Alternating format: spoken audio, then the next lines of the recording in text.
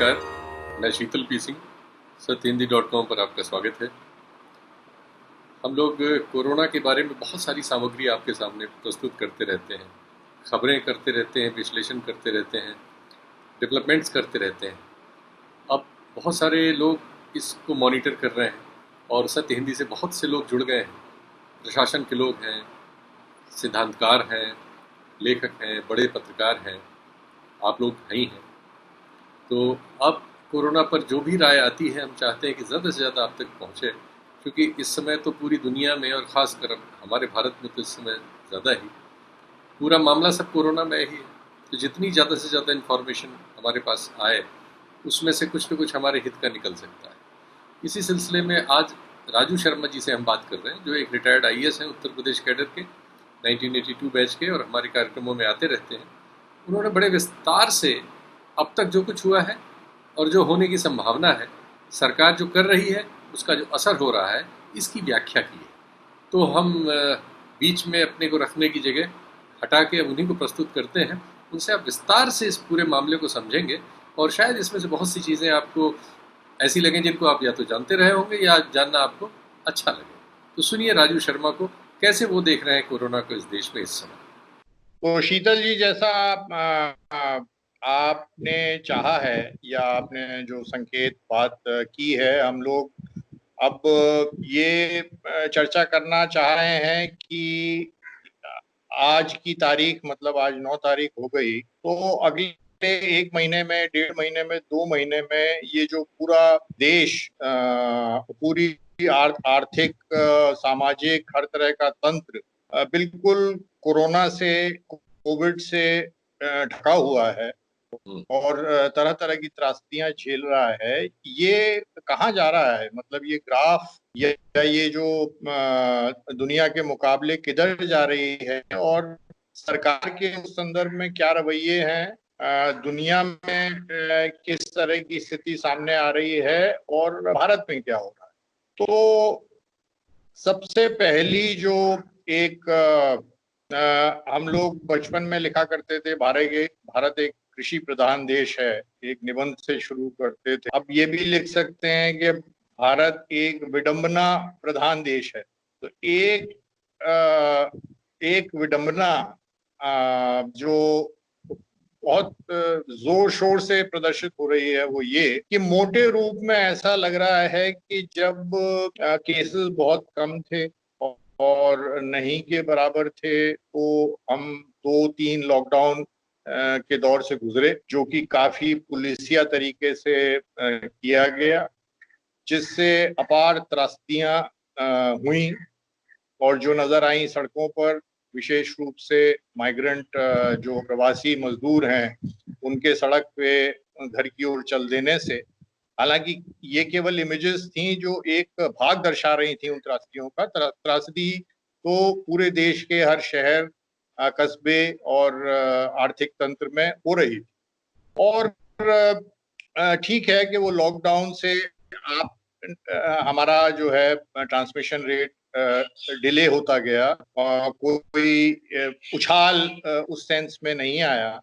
लेकिन अब जो स्थिति आई है कि करीब 8 से 10,000, बल्कि 3 दिन तो लगातार 10,000 की संख्या में हमारे नए वायरस आ रहे हैं, गिनती में आ रहे हैं। और जब आंकड़ा 2.5 लाख के पार जा चुका है और जो दिखाई दे रहा है वो ये कि भारत चौथे नंबर पर 3-4 दिन में आ जाएगा। चौथा नंबर हुआ आपका US नंबर 1, ब्राजील नंबर 2 और रशिया नंबर 3 और हिंदुस्तान नंबर 4।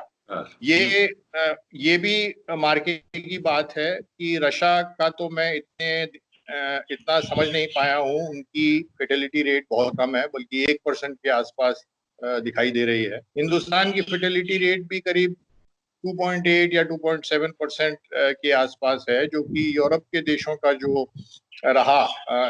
अनुभव रहा उससे कम है। और जिसका सीधा सीधा एक्सप्लेनेशन एक है कि हम एक नौजवान देश हैं बनिस्पत यूरोप के, और ये जो वायरस है ये फेटेलिटी करता है अधिकतर प्रीडोमिनेंटली ओल्डर पीपल में, +70 +75 75+80, और ऐसे लोगों में जो 60 ऊपर होते हैं और जिन्हें तरह की गंभीर, तो ऐसी स्थिति जब हमें ये भी क्लियर नहीं है, और भारत सरकार और आईसीएमआर ये बात अब गोलमोल रूप में स्वीकार रहे हैं कि भाई अभी पीक तो दूर है या पीक का पता नहीं। एक चीज और है कि डिफरेंट स्टेट्स में, अलग अलग राज्यों में अलग अलग रेट पर वायरस ग्रो कर रहा है। तो ऐसी स्थितियों में अब हम अनलॉकिंग की तरफ चले गए, और अनलॉकिंग या इकोनॉमी को न रोकने देने के बारे में आपको याद होगा हम चर्चा 2 महीने पहले भी करते थे, और जिसका बेसिक सिद्धांत ये था कि आप सेफ्टी को घरों के अंदर भेजिए, फैमिलीज सेफ्टी के प्रिकॉशंस लें, और इकोनॉमी की जो डिलीवरी होती है, प्रोडक्शन होता है, उसको बिना किसी भेदभाव के या क्लासिफिकेशन के आप होने दीजिए। लेकिन अब वो उससे भी आगे हम लोग निकल रहे हैं कि मंदिर खोल दे रहे हैं, और मस्जिद और चर्च और मस्जिदें और मॉल्स का तो फिर भी एक इकोनॉमिक केस बनता है, लेकिन ये सब चीजें एक साथ खोल देने से तो लगता है कि अजीब टाइप का रिवर्स चल रहा है, कि जब उछाल आके आप पीक की तरफ बढ़ रहे हैं तो आप अनलॉक कर रहे हैं, जब आपकी संख्या बहुत कम थी तो आपने ऐसा भयानक लॉकडाउन किया जिससे पूरी अर्थव्यवस्था चरमरा गई। तो ये विडंबना युक्त दिखाई दे रहा है। और तो ये तो एक परिदृश्य हुआ। इस परिदृश्य के लिए जिम्मेदारी तो तय होनी ही चाहिए कालांतर में, और क्यों ऐसा हुआ इसके कुछ कारण हम देखते रहे हैं, जानते भी हैं, और गलतियां हुई हैं। जिस तरह से पॉलिसी के निर्णय लिए गए, जिन स्तरों पे लिए गए, अब तो ऐसी स्थिति में हम पहुंच गए। ये एक मोटा मोटा परिदृश्य है। और जहां तक ये सवाल उठता है कि आगे क्या, मतलब आप जून को किस तरह से देख रहे हैं या आगामी जुलाई को किस तरह से देख रहे हैं, तो 2-3 चीजें होती हैं जो कि इन इन इन इनके बारे में थोड़े बहुत संकेत करती हैं। बहुत कुछ कोविड के बारे में, कोरोना के बारे में अज्ञात है, अलग अलग लोगों की अलग अलग राय है, लेकिन 2 महीनों में, 3 महीनों में जो स्टडी सर्वेज हुए हैं उससे कन्वर्जेंस टाइप की चीज आती जा रही है। तो एक टेस्ट रेट्स पर मिलियन, टीपीएम जिसे बोलते हैं, वो एक महत्वपूर्ण चीज है। और दूसरा एक महत्वपूर्ण चीज है परसेंटेज ऑफ पॉजिटिव केसेस। मतलब जब आप टेस्टिंग करते हो तो आपने 10 लोगों को टेस्ट किया, उनमें से एक पॉजिटिव निकला, तो वो 1/10 मतलब 10% आपकी मानी जाएगी पॉजिटिविटी रेट। तो पॉजिटिविटी रेट क्या है, और टीपीएम, टेस्ट पर मिलियन आपका क्या है, ये अगर अंतर राज्य हम हिंदुस्तान में देखें, डिफरेंट राज्यों का देखें, तो उससे एक तस्वीर बन के निकल के आती है, जो कि हमको ये कुछ संकेत देती है, पूरे संकेत नहीं देती कि क्या आगे की अपेक्षा, मतलब आगे क्या होने वाला है। तो टीपीएम का आंकड़ा अगर आप देखेंगे तो हिंदुस्तान का तो एक औसत है, लेकिन हमारा इतना बड़ा देश है, इतने बड़े बड़े राज्य हैं, कि वो उसको देश के औसत के स्तर पर देखना काफी नहीं होता है। आप टीपीएम पे आएंगे तो बहुत बड़ा वेरिएशन है उस। सबसे कम आप देखते हैं तेलंगाना और बिहार और उत्तर प्रदेश। इनकी टेस्टिंग रेट जो है 1 मिलियन में तेलंगाना की 590 के आसपास है, बिहार की 780 के आसपास है, यूपी की 1352 के आसपास। इसके बनिस्बत महाराष्ट्र की 4,400 है, तमिलनाडु की 7,470 है, दिल्ली की 12,225 है, और जम्मू एंड कश्मीर की 15,730 है। तो ये आप देख रहे हैं कि 10 गुना भी नहीं, 10 ये गुना कितना हुआ, 10 और 30 गुना टॉप मोस्ट और सबसे ऊपर और सबसे नीचे के बीच में फर्क है। और केवल इसके बेसिस पे आप ये देख लें रहे हैं कि जहां इस समय सबसे ज्यादा केसेस आपके कोरोना के कहाँ दिखाई दे रहे हैं? दिल्ली में दिखाई दे रहे हैं, महाराष्ट्र में दिखाई दे रहे हैं, तमिलनाडु में दिखाई दे, कुछ समय पहले तक गुजरात में दिखाई दे। ऑब्वियसली उसका एक कारण साफ दिखाई देता है कि वह टेस्ट बड़ी संख्या में, ज्यादा संख्या में हो रहे हैं, और ये भी उससे एक दृश्य या एक संकल्पना या एक संभावना जागृत होती है कि शायद ये राज्य अब धीरे धीरे अपने पीक की ओर के निकट आते जा रहे हैं। लेकिन जहां दूसरे राज्यों को हम देखते हैं, विशेष रूप से तेलंगाना को, बिहार को और उत्तर प्रदेश को देखते हैं, तो वहां टेस्ट की रेट इतनी कम है कि अभी तो कोरोना की स्थिति क्या है उसके बारे में अंदाज लगाना कठिन है। क्योंकि अगर आप कॉमन सेंस से भी देखें तो भाई दिल्ली जैसे शहर में और कानपुर जैसे शहर में, आगरा जैसे शहर में, मुरादाबाद जैसे शहर में क्या फर्क है? उतने ही डेंस वही वो हैं, उनके स्ट्रक्चर्स भी वही हैं। जिस तरह के लोग यहाँ रहते हैं, जो इकोनॉमी का स्ट्रक्चर यहाँ है वही इकोनॉमी का स्ट्रक्चर वहां है। तो आप कॉमन सेंस से ये कैसे मान सकते हैं कि कानपुर, आगरा कहीं कम वायरस से प्रभावित हो और दिल्ली कहीं ज्यादा प्रभावित हो? दिल्ली में तो यहाँ तक अटकलें लगाई जा रही है कि अगर ये डबलिंग होती रही 14-15 दिनों में तो 50,000 और फिर 1 लाख केस तक की बात हो रही। मुझे नहीं पता कि मुझे राज्य डिस्ट्रिक्ट्स का इतना फिगर्स इतनी याद नहीं है उत्तर प्रदेश की, लेकिन ज्यादा से ज्यादा उत्तर प्रदेश की कुल फिगर ही करीब 10,000 है, तो वो 1,000 होगी या कहीं 1,1500 होगी। तो कहीं ऐसा तो नहीं है कि वहां पे जो व्यापकता है ट्रांसमिशन की, कोरोना की, वो हम बहुत कम पकड़ रहे हैं, और इस वजह से ये राज्य बाद में वही तकलीफ देंगे जो तमिलनाडु और दिल्ली आज दे रहे हैं। तो आप मल्टीपल पीक्स जो है देश के लिए अच्छा नहीं है कि अदरवाइज आप पीक से ही जूझते रहोगे। दिसंबर निकल जाएगा, जनवरी निकल जाएगा, 6 महीना निकल जाएगा। दूसरी चीज इसी से जुड़ी हुई और ज्यादा थोड़ी संश्लिष्ट और ज्यादा पेचीदी होती है पॉजिटिविटी। पॉजिटिविटी रेट जैसे मैंने बताया था कि भाई कितने कोरोना केस पॉजिटिव पाए गए। अब उसमें जो सबसे देश ऐसे हैं जिनके बारे में चिंता होनी चाहिए, वो है जहां पे पॉजिटिविटी रेट भी कम है और टेस्ट भी बहुत कम।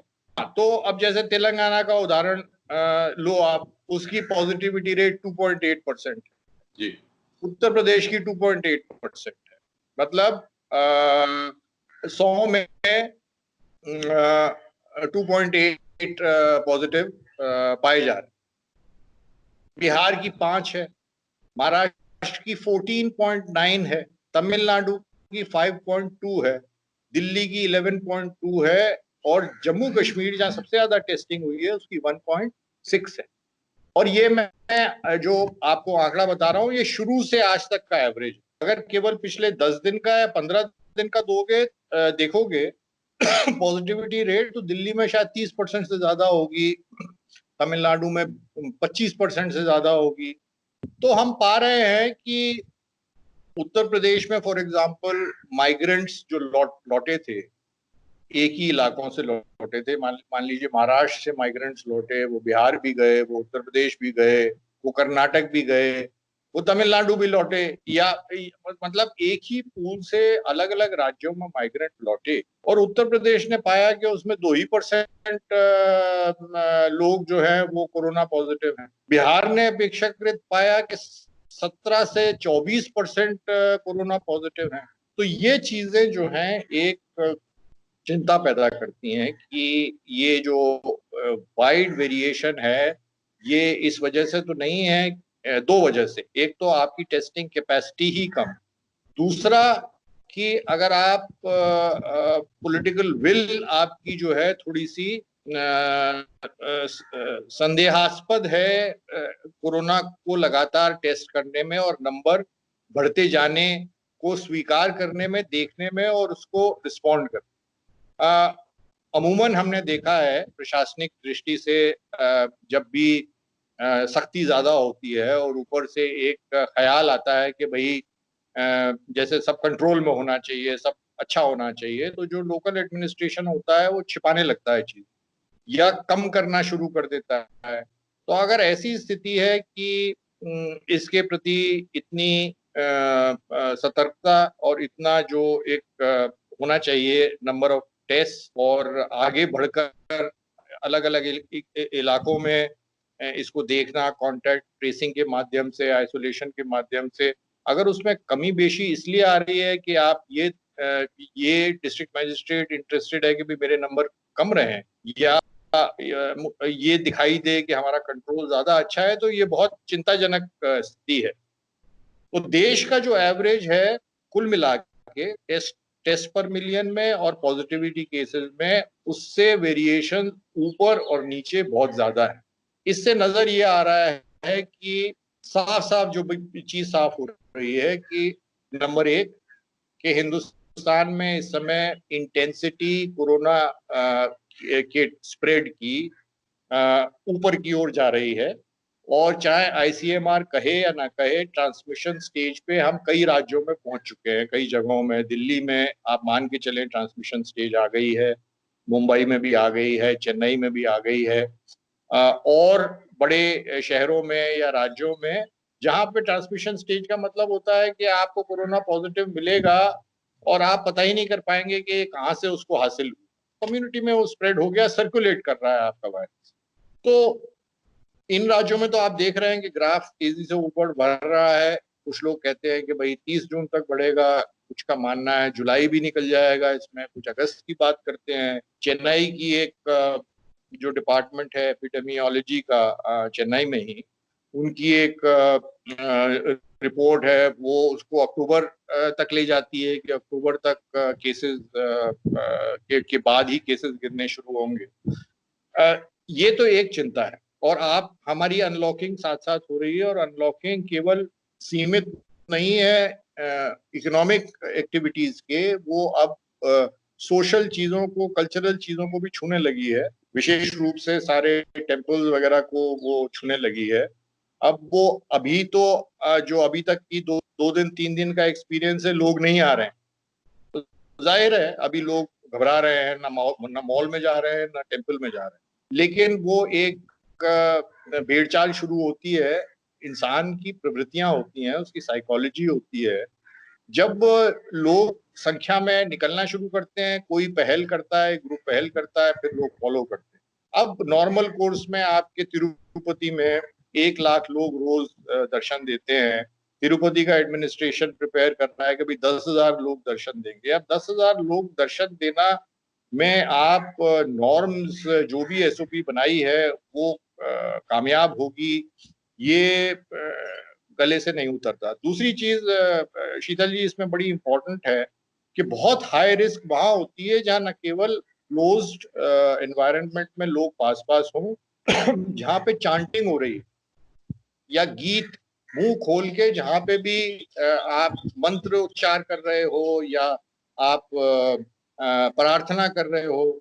जैसे यूरोप में, यूएस में चर्चेज के या इस तरह के जमावड़ों के माध्यम से ओल्डर लोगों में बहुत तेजी से कोरोना फैल के और उसने तबाही मचाई थी। तो ये मंदिरों की चीज जो है वो काफी जो सेंसिटिव चीज है, और उसमें सरकार प्रशासन एक बार वो शुरू हो गया तो उसमें कदम वापस लेना भी मुश्किल होता है। शॉपिंग मॉल्स में अभी कोई नहीं जा रहा है, बाद में जाएगा तो हो सकता है कि वो मैनेज करना संभव हो। सिनेमा हॉल वगैरह अभी तक बंद हैं। तो हम कुल मिला के हम देख रहे हैं कि हम एक दिशा में निकल गए हैं, अनलॉकिंग की दिशा में।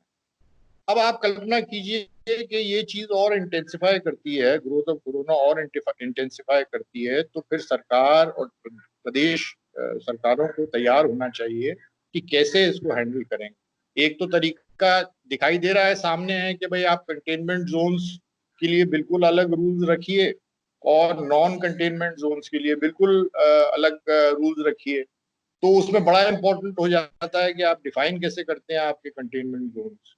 तो ये पेचीदगियां हैं। और हम जो और ये चीजें अभी हम झेल रहे हैं दिल्ली में, पूरी नजर आपकी दिल्ली में, बंबई में, महाराष्ट्र में और चेन्नई वगैरह में है। दूसरे राज्यों में अगर अगर कोरोना वायरस कश्मीर घाटी में तेजी से बढ़ सकता है, लद्दाख में जा सकता है, नॉर्थ ईस्ट में ग्रो कर रहा है, तो ये कतई मान नहीं लेना चाहिए कि उत्तर राज्य के बड़े भारत के उत्तर के जो राज्य बड़े बड़े राज्य हैं वो किसी कारण बचे रहेंगे, वहां बहुत कम केस होंगे, बहुत कम फर्टिलिटीज होंगी, तो ये चीज ठीक नहीं है। तो मल्टीपल पीक्स की जो संभावना है उसको भारत सरकार को और प्रदेश सरकारों को ध्यान में रखना होगा, क्योंकि सब आपस में जुड़ी होती हैं। उत्तर प्रदेश की इकॉनमी, दिल्ली की इकॉनमी, हरियाणा की, राजस्थान की, गुजरात की, सब आपस में लिंक्ड है। तो कुल मिला के बड़ी पेचीदा और विडंबनात्मक चीज सामने आ रही है।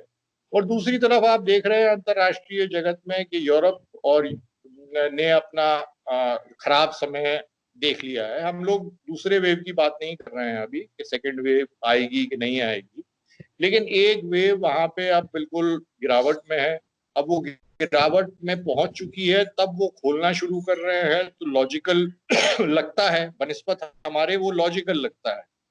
यूएस ने भी लगता है कि अपनी पीक अचीव कर ली है, अब वो नीचे की तरफ ही आएगा। न्यूयॉर्क तो काफी पहले से नीचे की तरफ आ गया है, और उसका जो एक कर्व होता है ऐसे करके इन्वर्टेड जो एक यू होता है या वी होता है, वो बन चुका है। हमारे यहाँ अभी तक कोई इन्वर्टेड कर्व, वो फ्लैटनिंग कहीं दिखाई भी नहीं दे रहा है। तो अगर अगर आप अंतर्राष्ट्रीय जगत में कंपेयर करोगे तो अभी तो हम वो ब्राजील की दिशा में और रूस की दिशा में। और आप दूसरी इंटरेस्टिंग चीज आप देख रहे हो कि साउथ एशिया में तीनों देश, पाकिस्तान, बांग्लादेश और इंडिया, इस समय ग्रो एक कर ही लगभग तेजी से ग्रो कर रहे हैं। श्रीलंका इसमें अपवाद है, बहुत बड़ा अपवाद है। बस श्रीलंका को आप शायद कंपेयर कर सकते हो केरला से, कि वहां की जो हेल्थ सुविधाएं हैं वगैरह वगैरह। दूसरे नए नए आपके साउथ अमेरिका के देश इस समय एकदम से चपेटे में आ गए। पेरू है, चिली है, मेक्सिको है। यहाँ उतनी तेजी से कोरोना ग्रो कर रहा है जितना कि हिंदुस्तान में इस वक्त कर रहा है। तो अब सेकंड स्टेज के देश प्रभावित हुए हैं। दुर्भाग्यवश हिंदुस्तान में से एक है, और एक बड़ी ही कठिन परिस्थिति से हम गुजर रहे हैं। आगे के बारे में पूरी चीज कोई कह दे ये तो संभव नहीं है, लेकिन बहुत ही मैं ये कहूंगा कि संवेदनशील वक्त है। और समन्वय राज्यों के बीच और केंद्र के बीच कैसे हो, इसमें बहुत आगे काम की आवश्यकता मुझे दिखाई दे रही है। दिल्ली में पिछले 10 दिन से 1300-1400 की डेली फिगर्स आने लगी थी। कल उससे थोड़ी कम 1007 आई, लेकिन एक सूचना ये भी मुंबई और दिल्ली के बारे में है कि टेस्टिंग को उन्होंने एक लेवल पे स्टेबलाइज कर दिया है। टेस्टिंग अब बढ़ नहीं रही। केस और टेस्टिंग के बीच में बहुत मतलब वो ग्राफ एक साथ चलता है। तो दिल्ली में 2000 केस रोज भी हो सकते थे। मोर इम्पोर्टेंट किसी भी शहर के लिए वो ये है कि आपके टोटल एक्टिव केसेस कितने हैं और कितने आपको अस्पताल में बेड्स की जरूरत। तो अगर आपके रिकवरी की संख्या, परसेंटेज नहीं, संख्या नए केसेस की संख्या के बराबर है, तो समझ लीजिए बेड की संख्या, रिक्वायरमेंट नहीं बढ़ रही है। अभी रिकवरी जितनी है, केसेस की संख्या उससे दुगनी है। और जो समझ में आ रहा है कि हॉस्पिटल बेड एक तरफ रखो, हॉस्पिटल बेड को पाने की जो प्रक्रिया है ना, वो हर बड़े शहर में इतनी जैसी भी है, मैं नहीं जानता वो कितनी सुदृढ़ है, लेकिन इंसान को, दिल्ली वासी को या मुंबई वासी को उस पर विश्वास नहीं है। उसको जैसे ही बुखार आता है या उसको जैसे ही संभावना लगती है उसको कोरोना है, वो आधा तो वैसे ही जिसे कहते हैं मरणासन हो जाता है। उसको लगता है मैं कहाँ जाऊंगा और कैसे जाऊंगा। इसकी शहरों में खासतौर से इसकी बहुत ज्यादा चिंता करनी चाहिए। और जो दूसरे बड़े शहर हैं जहां इतना प्रकोप नहीं हुआ है, आगरा, आपका मुरादाबाद, साउथ के विजयवाड़ा, बड़े बड़े शहर जहां पे अभी बहुत कंट्रोल में है, उनको आगे के 3 महीनों में, 4 महीनों में इन स्थितियों के लिए अभी से तैयारियां कर लेनी चाहिए। ये मान के नहीं चलना चाहिए कि हमारे यहाँ जब आएगा तब देखेंगे, या हमारे यहाँ आएगा ही नहीं। तो दीज आर इम्पोर्टेंट थिंग्स, बहुत महत्वपूर्ण चीज है। सत्य हिंदी के और वीडियोस को देखने के लिए हमारे YouTube चैनल को सब्सक्राइब करें और सीधे नोटिफिकेशन पाने के लिए बेल आइकन दबाएं।